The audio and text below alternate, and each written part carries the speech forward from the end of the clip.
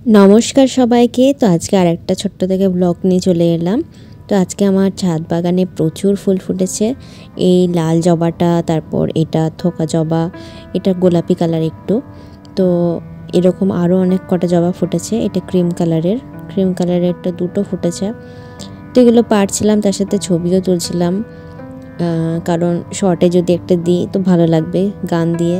সেই জন্য যে কটা মানে প্রত্যেকটা গাছেই বলতে গেলে একটা দুটো করে ফুল ফুটেছে। গোলাপও ফুটেছে, এদিকে হলুদ জবাও ফুটেছে। কি সুন্দর লাগছে দেখতে, একদম চকচক করছে আর সূর্যের আলোতে একদম ব্রাইট পুরো লাগছে। তো যাই হোক, এগুলো সব কটারই ছবি তুললাম আর তোমাদের সাথে শেয়ার করলাম সেটা। আর এখানেও ছোট ছোট কিছু ফুল ফুটেছে, নয়নতারা। আর এখানে গাঁদা ফুলও অনেক কটা ফুটেছে। এদিকে বেগুনি কালারের অপরাজিতা, নীল কালারের অপরাজিতা দুটোই হয়েছে। আর এদিকে আরও অনেক ফুল ফুটেছে। তো যাই হোক, ফুলগুলো পেরে আনার পর পুজো দিয়ে তারপর আমি সকালের ব্রেকফাস্ট চাউমিন আর শশা এটা খেলাম। তো এই চাউমিনটা আমার মা বানিয়েছিল, খুবই সুন্দর হয়েছিল খেতে। তারপর দুপুরবেলাকার রান্না হয়ে গেছে। আমি একটা শুধু তরকারি করব, সেই জন্য আমি এখানে পালং শাকগুলোকে সেদ্ধ করে নিলাম আর সরষের তেলে আমি এই পনিরগুলোকে ভেজে নিয়েছি। তারপর ওই একই তেলে জিরা, গোটা জিরা ফোড়ন দিয়ে তারপর দুটো পেঁয়াজ কুচি দিয়ে দিলাম। আর 1 মিনিট ভেজে নেওয়ার পর টমেটো, আদা, রসুন, লঙ্কা পেস্ট করেছিলাম সেটা দিয়ে দিলাম। তারপর একটু মিক্সড করে নেওয়ার পর এটার মধ্যে সমস্ত ধরনের মশলা যেমন লবণ, হলুদ, জিরে গুঁড়ো, ধনে গুঁড়ো, সামান্য একটুখানি চিনি দিয়ে ভালো মতো মিক্সড করে নিলাম। এরপর কাশ্মীরি লঙ্কার গুঁড়ো দিলাম কালারের জন্য, আর একটুখানি মানে ছোট চামচের 1 চামচ গরম মশলা দিলাম। এটাতে একটুখানি জল দিয়ে আমি ঢাকনা দিয়ে ঢেকে 2 মিনিট লো ফ্লেমে রেখে দেব, তাহলে মশলাটা ভালো মতো কষা হয়ে যাবে। তেল ছেড়ে দিয়েছে দেখুন। তো রেডি হয়ে গেছে আমাদের মশলাটা কষা। এবার এটার মধ্যে আমি অ্যাড করে দেব হচ্ছে যে পালং শাকগুলোকে সেদ্ধ করে রেখেছিলাম, সেটাকে মিক্সিতে বেটে নিয়েছি ঠান্ডা হয়ে যাওয়ার পর। তো সেইগুলোকে এবার আমি এটার মধ্যে দিয়ে দেব।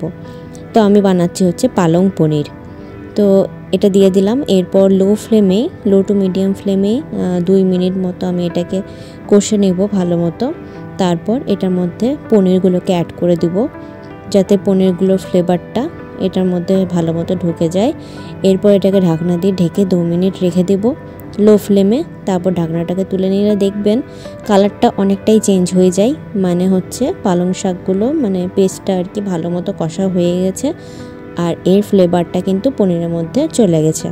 তো শেষের দিকে কিছুটা গরম মশলা দিলাম আর দেব হচ্ছে কাসুরি মেথি সামান্য একটুখানি। ব্যাস রেডি হয়ে গেছে। এবার গ্যাসের ফ্লেমটা বন্ধ করে আমি এটাকে নামিয়ে দেবো। তো আজকে দুপুরবেলায় খাওয়া দাওয়া হয়েছে বলতে গেলে খুবই হালকা পাতলা, রুটি আর এখানে আলু শিম ভাজা আর যেটা বানালাম পালং পনির, সেটা খুবই টেস্টি হয়েছিল। তোমরা যদি শাক না খেতে চাও, মানে যদি খেতে না পারো, শাক খেতে ভালো না লাগে, এইভাবে পালং শাকটা করে দেখো, একদমই গন্ধ লাগে না আর খুবই ভালো লাগে খেতে, ক্রিমি টাইপের একটা টেক্সচার থাকে। আর এখানে কিছুটা স্যালাড নিয়েছি আমি।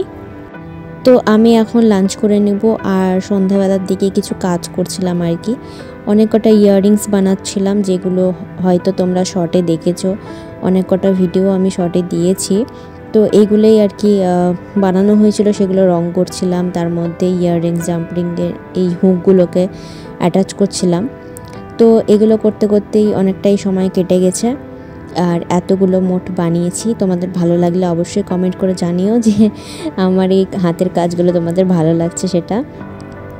আর রাতের বেলাতে খাওয়া একটু ভালো হয়েছিল, সেটা হচ্ছে নান, রুটি আর তড়কা। এটা আনা হয়েছিল ধাবা থেকে, তো এটা রাত্রেবেলায় খেয়েছিলাম। তো যাই হোক, আমার এই ভ্লগটা যদি ভালো লাগে তোমাদের অবশ্যই সাবস্ক্রাইব করো। দেখা হবে অন্য একটা ভিডিওতে। বাই।